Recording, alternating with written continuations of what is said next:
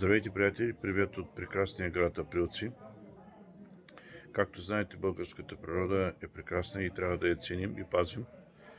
С този клип искам да ви кажа, че каквато услуга да правите, трябва да се научите да я продавате възможно най-добре. Тоест, трябва да можете да презентирате така услугата си, за да има хора, които да искат да я ползват. И така, за брокерите за недвижими имоти, един от проблемите е да набират хора, клиенти, продавачи от обявите, защото много често, когато се обаждат по обяви на продавачи, те им казват, че не искат да работят с агенция.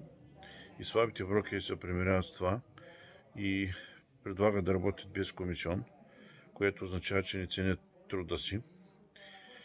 И сега ще ви споделя два приема, с които може да опитате да привлечете даден клиент, продавач, пуснал се обява в медии, в социални мрежи и така нататък.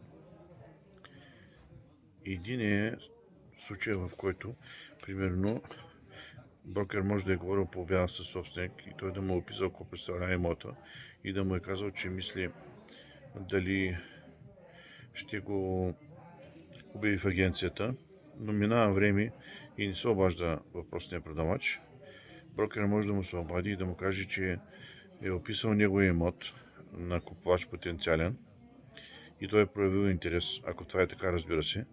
Това може да ангажира вниманието на продавача и той да разбере, че нещата са сериозни, че брокерът действително има клиент и това може да го накара да обяви имота си в въпросната агенция.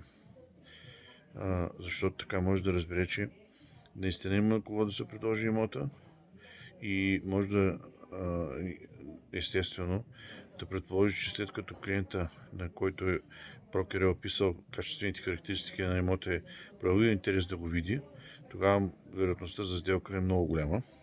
И другото, което може да каже брокер, когато звъни по обяви на продавачи, в опита си да ги привлече като клиенти на агенцията, е това, че той ще подбере такива хора, които са подходящи да оценят въпросния имот и които разполагат с необходимия бюджет, а не да ходят всякакви, които си мислят, че могат да свалят драстично цената или които няма да оценят това, което представлява имота.